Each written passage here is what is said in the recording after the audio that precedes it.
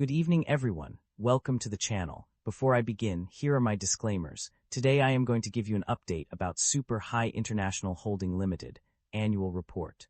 Super High International Holding Limited is a diversified investment holding company with a presence in multiple regions worldwide, including Asia, North America, Europe, Oceania, and internationally. At its core, the company operates restaurants under its flagship brand, Haidilao, which offers an upscale dining experience to customers. In addition to restaurant operations, Super High International Holding Limited also provides food delivery services, catering to a wide range of customers across various regions. The company's product offerings extend beyond food delivery, as it sells hot pot condiment products and branded food items under the Haidilao brand and secondary brands to both local guests and retailers. The company's business model is designed to cater to diverse customer needs, from fine dining experiences at its restaurants to convenient food delivery services.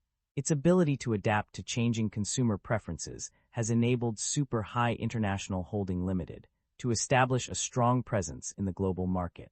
Super High International Holding Limited maintains a market capitalization of $7 billion, broadly in line with the industry peer group.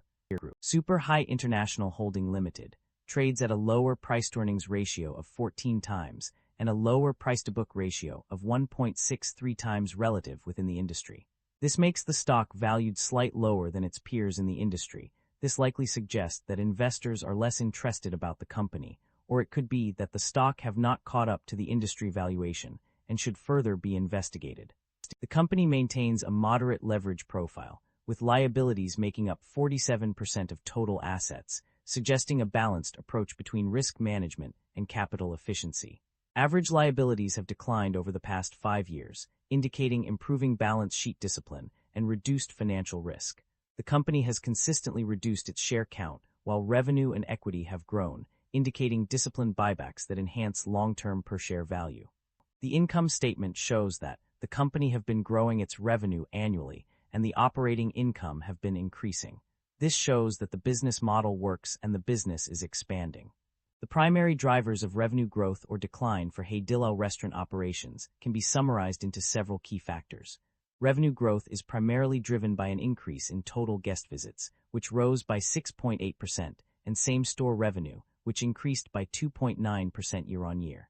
The company's improved restaurant operating capabilities, including a higher table turnover rate of 3.9 times per day, also contributed to revenue growth. Additionally, the optimization and expansion of the restaurant network, with 13 new restaurants opened, and strengthened collaboration with delivery platforms led to a significant increase in revenue from delivery business. The revenue decline is attributed to several factors, including a decrease in income from operation, which dropped from US $53.3 million to US $37.4 million. The East Asia region experienced a same-store sales decline of 15.6%, while the North America region saw a slight increase in same-store sales growth of 2.3%.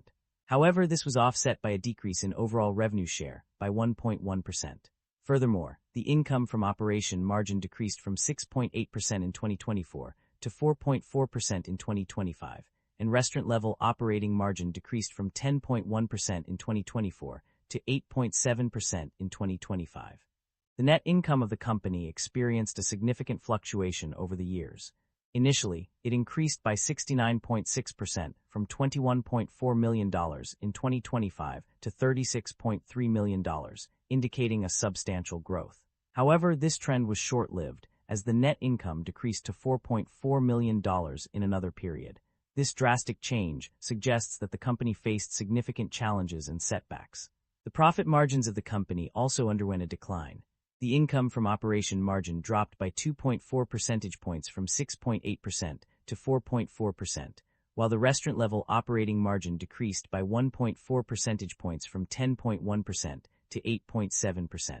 These decreases in profit margins indicate that the company struggled to maintain its operational efficiency and profitability, likely due to various internal or external factors affecting its business operations.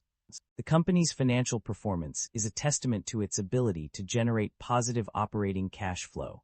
According to the provided information, in 2025, the company primarily funded its working capital through cash generated from its operations.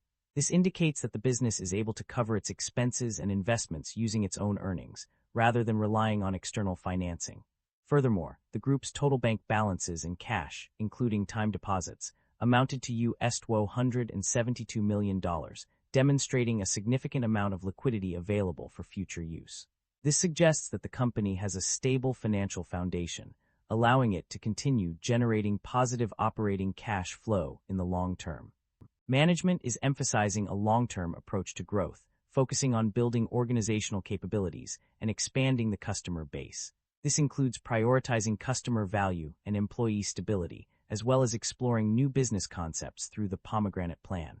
The company is also taking a cautious approach with its expansion plans, subjecting them to evaluation and implementing optimization measures. In terms of strategy, management is investing in customers and employees through proactive value-sharing initiatives. This includes financing future capital expenditures through cash generated from operations and unutilized IPO proceeds.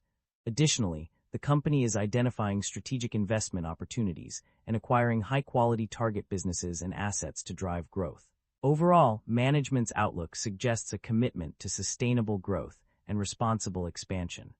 There is no notable activity in terms of acquisitions or divestitures. The company has not made any significant purchases or sales of assets, businesses, or subsidiaries that would be worth mentioning. This suggests a stable and consistent approach to business operations, with no major changes in the company's portfolio or structure. Concerns about inventory buildup are valid based on the data provided. The increase in raw materials and consumables used from 10,343 to 18,472 units indicates a significant accumulation of inventory.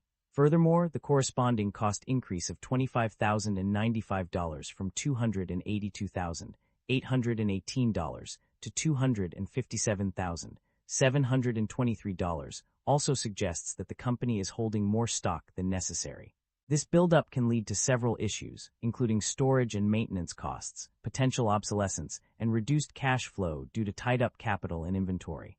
Additionally, an excessive accumulation of raw materials and consumables may indicate inefficiencies in production planning or supply chain management, which could be detrimental to the company's overall performance.